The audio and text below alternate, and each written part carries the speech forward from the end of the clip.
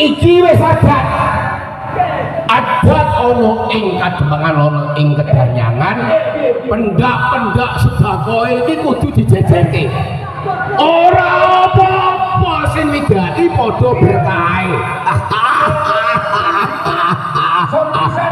ya muga-muga kabeh sabari disedekahi entuk barokah marang sing gawe urip bumi ono ing desa Tlaga dadi bumi subur makmur tentrem ayem kemaripah lo jinawi Allahumma alhamdulillah. Saiki teman. Iya. Lah kula nyuwun ngenani tatanan ana ing negara Singosari. Sira wani jogate marang aku. Njur karepmu ki andarbene karep apa iki?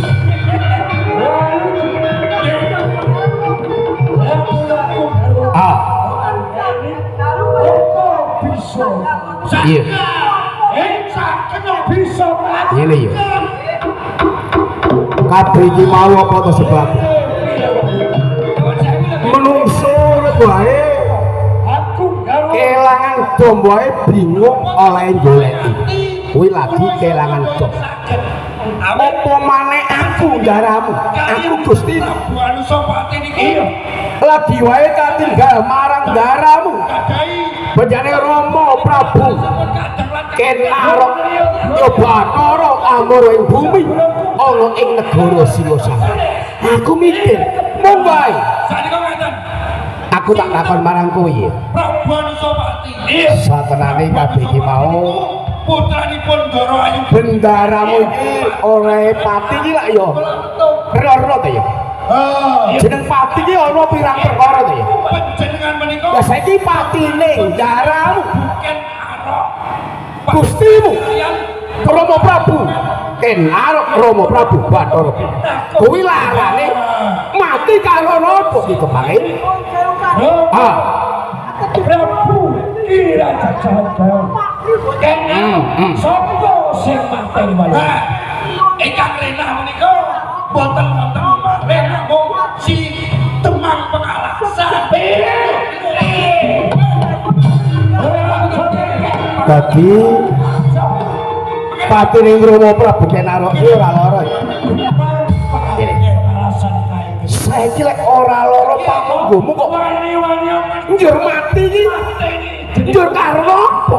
Lah wonten dalangipun sapa dalane sing perintah? Dalangipun iki boten wonten malih namung Prabu Anusapati. Anusapati. Kowe aja kok barang papak mbok icipi. Dadi Rama Prabu Kenarok iki mati. Ora perkara lara ning ana menungsa sing rena sing ngalingaya. Saiki coba aku tak pelikken. Njur sapa pawongane?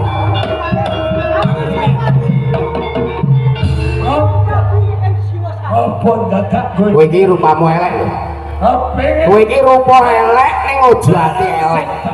Lek rupa elek iki atimu kudu sing apik. Kowe ngerti? sinten to ingkang Kowe kok ngandhake Kang Mas Prabu Singo Anusapati sing mateni iki lampilmu piye ta?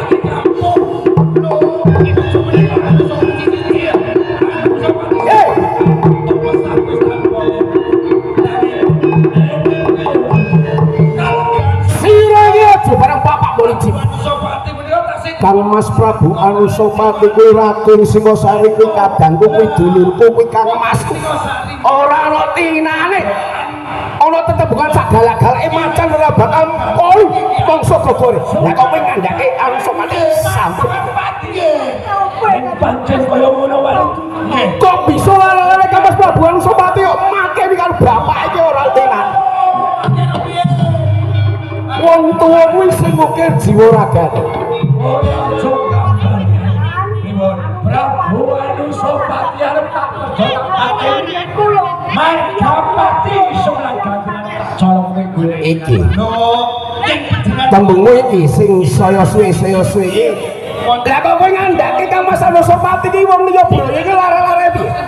iya Ujune sampo iki kadang pengen apa yen pancen ngono timbali Kang Mas Anusapati patutan marang Ibu Kendedes Rama Tunggul Ametu njur yen aku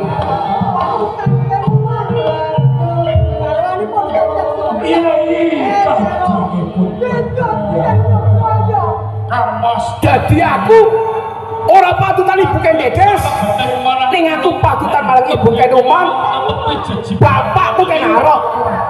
Yen ngono Anusapati karo aku ngolutu kapur wong liya braya Sadhamu panjenengan. Menawi wonten karapan itu bang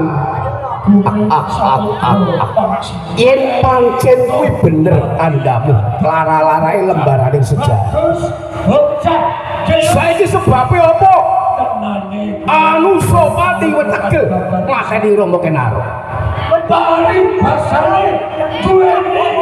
milik nglungguhi dampal keprabon keraton Singasari nganti tegel mateni saiki sing kanggo mateni Rama Prabu Bathara Amara ing bumi Rama Kenaro kuwi apa sing bisa dipateni Bajuwi gatosipun menapa Kang Bastoh Jaya Gandreng Markawati Kiai Sumelang Gandreng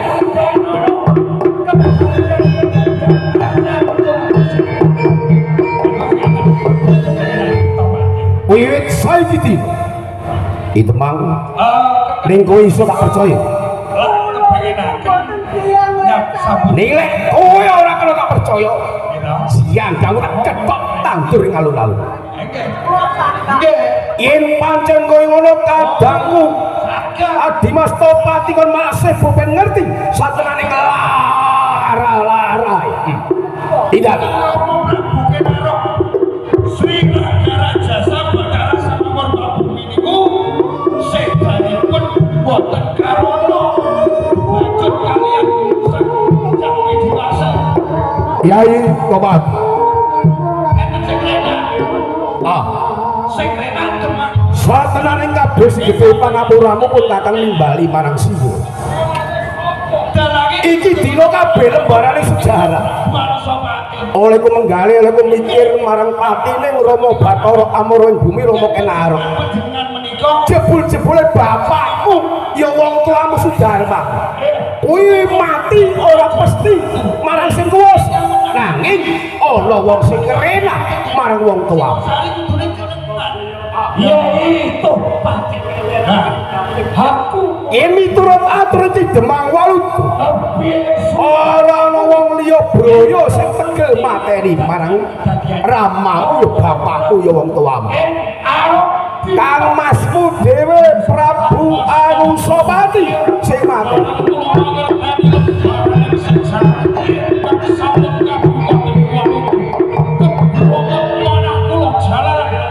Sudarma kula dipun krenah dening ora liya amung Kang Mas Anusapati jejere kula dipun jalan kedah mikul dhuwur mendem jero kula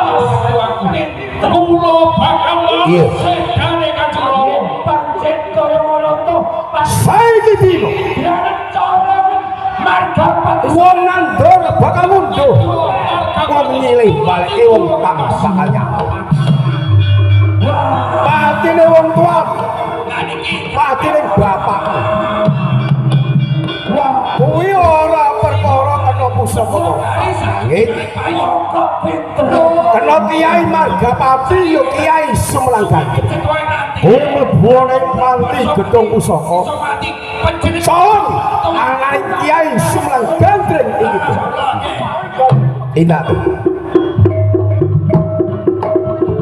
itu bang ini saya in aku kudu tumindak om in Kang Mas Anusapati wis wengis wani mateni marang Rama Prabu Kenaro mulai papan iki